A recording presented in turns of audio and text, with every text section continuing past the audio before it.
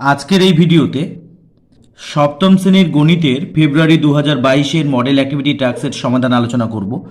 এর উত্তরগুলো খাতায় সুন্দর করে রাখতে হবে। বিদ্যালয় থেকে যেদিন বলবে সেদিন জমা দিয়ে আসতে হবে। চ্যানেলে নতুন হয়ে থাকলে অবশ্যই চ্যানেলটিকে সাবস্ক্রাইব করে দিও। তোমাদের এই মডেল অ্যাক্টিভিটি টাস্কে 20 নম্বরের প্রশ্ন দেওয়া হয়েছে। প্রথমে কি বলেছে দেখো, নিচের প্রশ্নগুলির উত্তর লিখো। এখানে একটা প্রশ্নের সাথে 4টে করে উত্তর রয়েছে, যে উত্তরটা সঠিক তাকে নির্বাচন করে লিখতে হবে। তোমরা প্রথমে কালো কালিতে এই প্রশ্নটাকে প্রথমে টুকে নিবে, যে উত্তরটা সঠিক হবে তাকে টিক চিহ্ন দিবে, অথবা শুধু প্রশ্নটাকে লিখে যে উত্তরটা সঠিক হবে তার দাগ নম্বর সহ পাশে লিখে দিবে। দেখো 1 নম্বর কি বলেছে, 9:15 অনুপাতটির লঘিষ্ঠকার আকার হলো। দেখো আমি এখানে পাশে করে দিচ্ছি, তোমাদের করে দেখানোর প্রয়োজন নেই। লঘিষ্ঠ আকার মানে হচ্ছে পূর্বপদকে যা দিয়ে ভাগ করব, উত্তরপদকেও তাই দিয়ে ভাগ করব। একে 3 দিয়ে ভাগ করলে 3 3 9, একে 3 দিয়ে ভাগ 3 5 15, তাহলে হবে 3:5। তাহলে লঘিষ্ঠ আকারে প্রকাশ করলে হবে 3:5। তাহলে এটা হচ্ছে এখানে সঠিক উত্তর। আমি এখানে যেমন করে দিয়েছি, এটা করার কোনো প্রয়োজন নেই। 2 নম্বর দেখো কি বলছে, একটি শ্রেণীতে 36 জন বালক এবং 28 জন বালিকা আছে। ওই শ্রেণীতে বালিকা এবং বালকের সংখ্যার অনুপাত কত? প্রথমে বলেছে বালিকা, এই জিনিসটা একটু খেয়াল রাখবে। প্রথমে বলেছে হচ্ছে বালিকা, তারপরে বলেছে বালক। প্রশ্নে কিন্তু প্রথমে বালক বলেছে, এই জায়গাটা কিন্তু ভুল হতে পারে। তাহলে বালিকা প্রথমে বলেছে, তাই জন্য বালিকাকে প্রথমে লিখতে হবে 28 ইস্টু বালক কতজন আছে? বালক আছে 36 জন। তাহলে এখানে দেখো মিল হচ্ছে না, তাহলে আমাদের যেটা করতে হবে, একে লঘিষ্ঠ আকারে প্রকাশ করতে হবে। যেমনভাবে আমরা 1 নম্বরের ক্ষেত্রে করলাম সেই রকমভাবেই আমাদের করতে হবে। এখানে যদি আমরা 4 দিয়ে কাটি, তাহলে এখানে হবে 4 সাথে 28, 4 9 হচ্ছে 36। প্রথমটাকে যা দিয়ে ভাগ করলাম, অর্থাৎ 4 দিয়ে ভাগ করলাম, পরেরটাকেও কিন্তু আমাকে 4 দিয়ে ভাগ করতে হবে। তাহলে 7:9। তাহলে সঠিক উত্তর হবে বি, 7:9।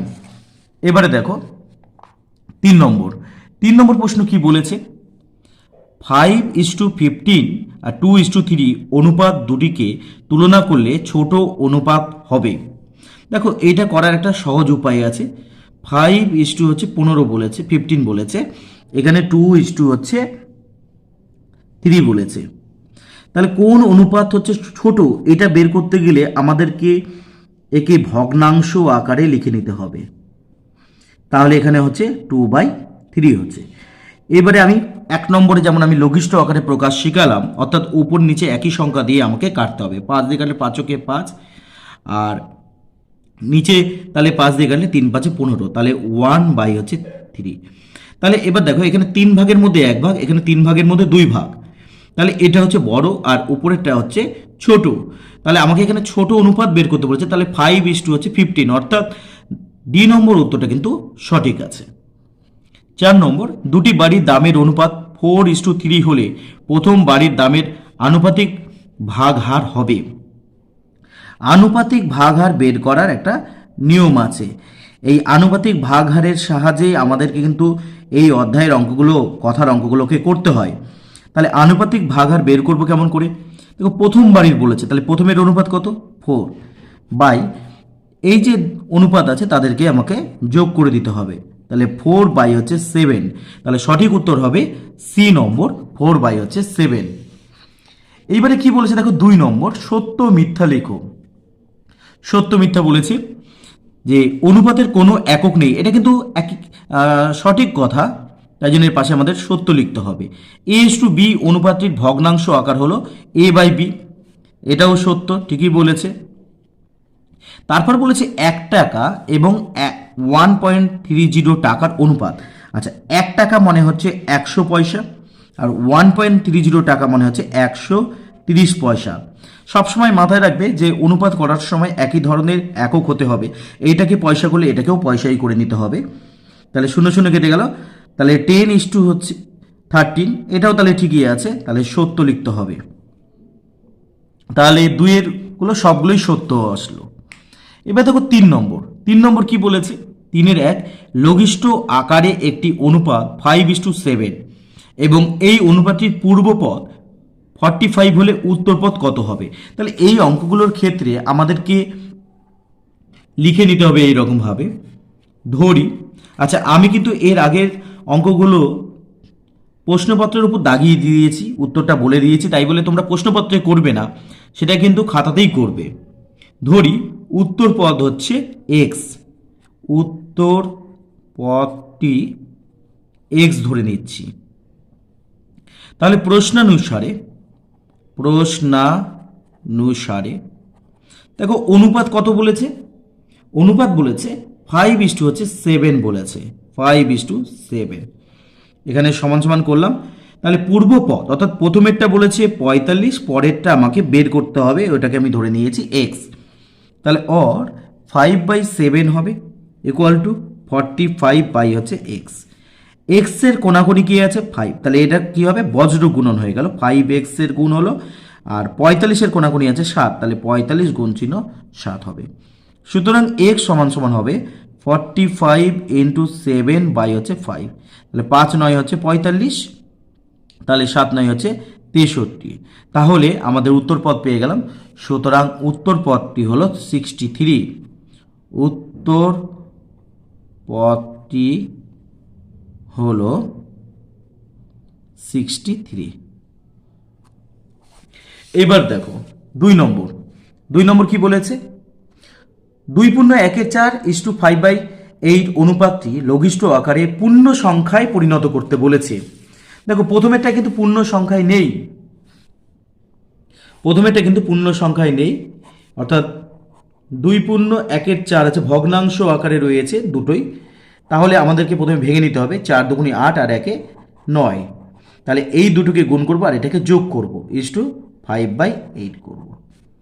তারপরে যে কাজটা করবো বজ্র গুণন, যেটা আমি বললাম একটু আগে, 9-এর কোনাকুনি 8 আছে, তাহলে 8×9 72 হবে, 5-এর কোনাকুনি 4 আছে, 4×5 হচ্ছে 20 হবে। লঘিষ্ঠ আকারে বলেছে, এটা পূর্ণ সংখ্যায় হলে, এবার লঘিষ্ঠ করতে গেলে আমাকে দুটোকেই ভাগ করে দিতে হবে একই সংখ্যা দিয়ে, 2 দিয়ে ভাগ করছি, তাহলে 3×2 6, 7 1, 6×2 হচ্ছে 12, 10×2 হচ্ছে 20। আবার 2 দিয়ে ভাগ করলে হবে 18×2 36, 18×2 36, আর হচ্ছে 5×2 হচ্ছে 10। তাহলে লঘিষ্ঠ আকারে প্রকাশ করো, লঘিষ্ঠ সংখ্যার পূর্ণ সংখ্যা যদি প্রকাশ করি তাহলে 18:5 হবে। এবার দেখো 3 নম্বর, মিশ্র অনুপাত নির্ণয় করো। 2 কেজি ইস্টু 480 গ্রাম এবং 120 মিনিট ইস্টু হচ্ছে 150 মিনিট। এখানে বলছে মিশ্র অনুপাত নির্ণয় করো। মিশ্র অনুপাত কিভাবে করে, মিশ্র অনুপাত করতে গেলে যে কাজটা করতে হয়, আমাদের কি করতে হবে, পূর্ব পদগুলোকে গুণ করে দিতে হবে, তারপরে উত্তর পদগুলোকে গুণ করে দিতে হবে। তাহলে এখানে দেখো কেজি আছে, তাহলে কেজিকে গ্রামে আমাকে প্রকাশ করে নিতে হবে প্রথমে। তাহলে আমি এখানে করছি, তোমরা নিচে করবে। আচ্ছা প্রথমে আছে 2 কেজি ইস্টু হচ্ছে 480 গ্রাম। একই ধরনের একক করে নিতে হবে। 2 কেজি মানে হচ্ছে 2000 গ্রাম, আমরা জানি 2000 গ্রাম ইস্টু এটা আছে 480 গ্রাম। তাহলে এই 0 আর 0 কেটে যাবে, তাহলে যদি 4 দিয়ে করি 4×5 20, 0 4 দিয়ে কাটলাম, 4-কে 4, 4×2 8, আবার 2 দিয়ে যাবে, 25×2 50, 6×2 হচ্ছে 12। তাহলে এই একটা অনুপাত আমি পেলাম। দ্বিতীয় অনুপাত বলেছে 120 মিনিট ইস্টু 150 মিনিট। তাহলে এই 0 কেটে যাবে, 3 দিয়ে করো, 3×4 12, 3×5 হচ্ছে 15। তাহলে মিশ্র অনুপাত কিভাবে বের করতে হয় দেখে নাও। মিশ্র অনুপাত হচ্ছে, দেখো এখানে যে দুটো অনুপাত, এটা একটা অনুপাত পেলাম, এইটা একটা অনুপাত পেলাম। তো এর মিশ্র অনুপাত বের করতে গেলে পূর্ব পদগুলোর গুণ করতে হয়, ইস্টু উত্তর পদ, এখানে উত্তর পদ 6, এখানে উত্তর পদ হচ্ছে 5, উত্তর পদগুলোর গুণ করে দিলাম। তাহলে এখানে হলো 4×25 হচ্ছে 100, আর 5×6 হচ্ছে 30, 0 কেটে গেল, তাহলে মিশ্র অনুপাত হচ্ছে 10:3 হচ্ছে 3। এবার দেখো 4 নম্বরে কি বলেছে। 4 নম্বর বলেছে ধান চাষের জন্য 17 বস্তা গোবরের সারের সঙ্গে 3 বস্তা সবজির খোসা মেশানো হলো। মিশ্রণে সবজির খোসার বস্তার আনুপাতিক ভাগ হার নির্ণয় করো। তাহলে আমাকে এখানে আনুপাতিক ভাগহার নির্ণয় করতে বলেছে। এর আগেও এই ধরনের একটা অঙ্ক আমরা করলাম। তাহলে 3 নম্বরের ক্ষেত্রে দেখো এই অঙ্কটা এইভাবে করবে। তাহলে প্রথমে কি করব না অনুপাত বের করে নেব। এখানে অনুপাত বলেনি, তাহলে গোবর সার ও সবজির খোসার অনুপাত, সবজির খোসার অনুপাত এই অনুপাত কত হবে? কারণ দেখো প্রথমে বলেছে 17 বস্তা গোবর সার আর হচ্ছে 3 বস্তা হচ্ছে সবজির খোসা, দুটোর অনুপাত করলাম, পেয়ে গেছি 17:3। এখানে বলছে সবজির খোসার বস্তার, সুতরাং সবজির খোসার বস্তার আনুপাতিক ভাগহার, বস্তার আনুপাতিক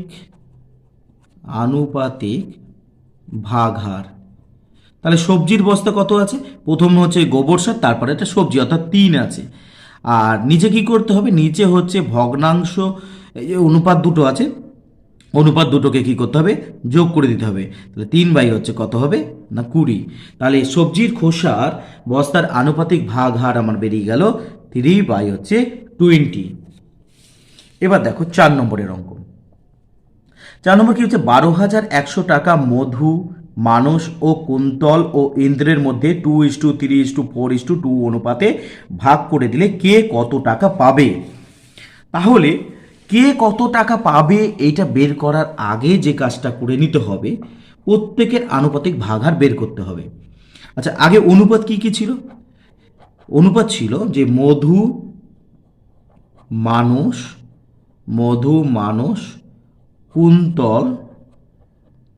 কুন্তল ও ইন্দ্রর টাকার অনুপাত, প্রাপ্ত টাকার অনুপাত। টাকার অনুপাত আমাকে বলে দিয়েছে, এই অনুপাতটা বলেছে হচ্ছে 2:3:4:2। তাহলে এখানে প্রাপ্ত টাকার বললে ভালো হবে, মানে এই টাকাটা ভাগ করা হচ্ছে, তাহলে কে কত পাচ্ছে? প্রাপ্ত টাকার অনুপাত। তাহলে প্রত্যেকের আমাদের আনুপাতিক ভাগহার বের করতে হবে আগের অঙ্কটার মতোই। তাহলে মধুর প্রাপ্ত টাকার আনুপাতিক ভাগহার, প্রাপ্ত টাকার আনুপাতিক ভাগহার